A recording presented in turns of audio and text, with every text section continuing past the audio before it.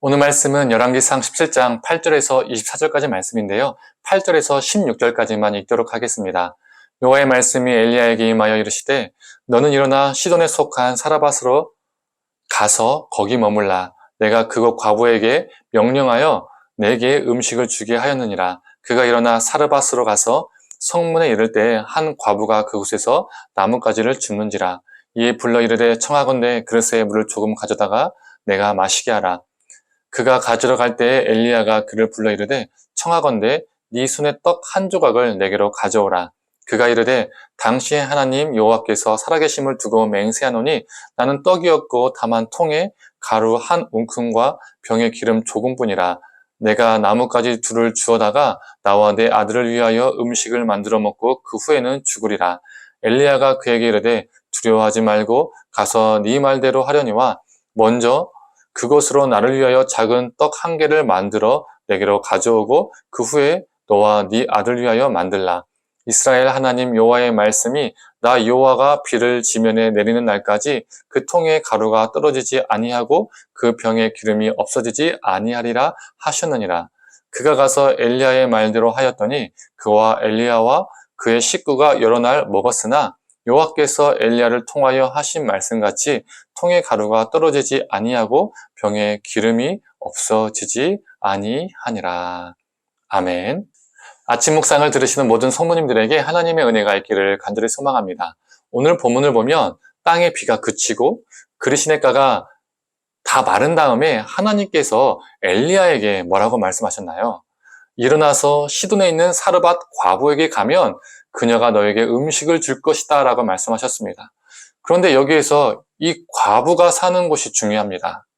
하나님이 어디로 가라고 하셨습니까? 시돈으로 가라고 하셨습니다. 이 사르밧은 시돈 안에 있는 지역입니다. 그녀는 시돈 사람입니다. 성모님들 기억하십니까? 이전 아침 묵상에서 아합의 아내 이세벨을 언급했을 때 시돈을 이야기했었죠. 시돈은 어떤 곳이라고 했었죠?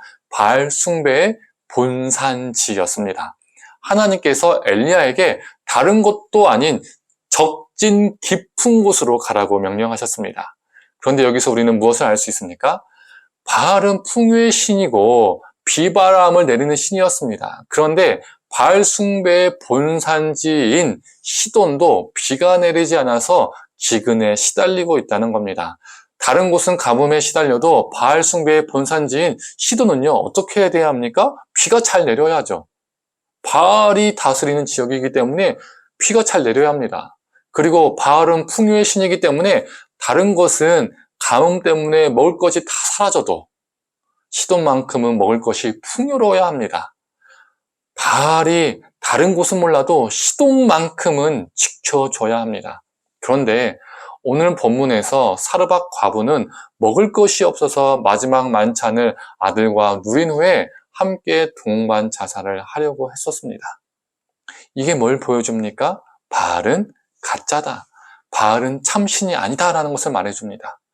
바알은 자신들을 믿는 백성들조차도 먹일 수 없는, 살릴 수 없는 무능한 신, 가짜였습니다. 그러나 오늘 본문에서 무슨 일이 일어났습니까? 하나님이 그녀와 그의 아들을 먹이셨습니다. 자살이라는 죽음의 문턱에서 그 가족을 살리셨습니다. 그리고 후에 이 과부의 아들이 병들어서 죽게 되는 일도 있었습니다. 그때 누가 살렸습니까? 바알이 살렸습니까? 아닙니다. 우리 여호와 하나님께서 살리셨습니다. 엘리야가 하나님께 기도하고 죽은 그 아이의 몸에 자신의 몸을 엎었더니 그 죽은 아이가 살아났습니다. 바알은 자신의 백성들도 살리지 못했던 가짜 신, 무능하기가 짝이 없는 헛된 신이었습니다. 하나님께서 다른 것도 아닌 이 바알 숭배지의 본산지인 시돈, 그 적진에서 누가 참 신인지 드러내신 것입니다. 세상의 모든 신들과 사람들이 쫓는 돈, 명예, 성공, 수많은 세상의 모든 우상들은 하나님 앞에 무능하기 짝이 없습니다. 그것들은 우리에게 풍요를 가져다 줄 것처럼 말을 하지만 우리를 유혹하고 우리에게 매력적으로 다가오지만 참 생명을 가져다 줄 수 없습니다. 오직 여호와 하나님만이 우리에게 참 생명을 허락해 주시고 우리의 능력이 되십니다. 우리가 세상의 헛된 우상들을 쫓는 것이 아니라 우리의 생명과 능력 대신 하나님만을 붙들기를 소망합니다. 그래서 엘리야가 하나님을 의지해서 그 죽은 아이를 살렸듯이 우리도 하나님을 의지해서 이 땅에 죽어가는 생명들을 살리는 존재가 되기를 간절히 원합니다. 오늘 하루도 하나님의 생명과 능력이 우리의 순종을 통해서 이 땅에 임하기를 간절히 축원합니다. 함께 기도하도록 하겠습니다. 하나님, 바알 숭배의 본산지 바로 그 적진에 엘리야를 보내시고 그곳에서 먹이시는 역사, 또 생명의 역사를 베푸셨습니다. 누가 참신인지 또 누가 거짓된 신인지 드러내셨습니다. 하나님, 이 땅에도 참 헛된 신, 가짜들이 너무나 많이 있습니다.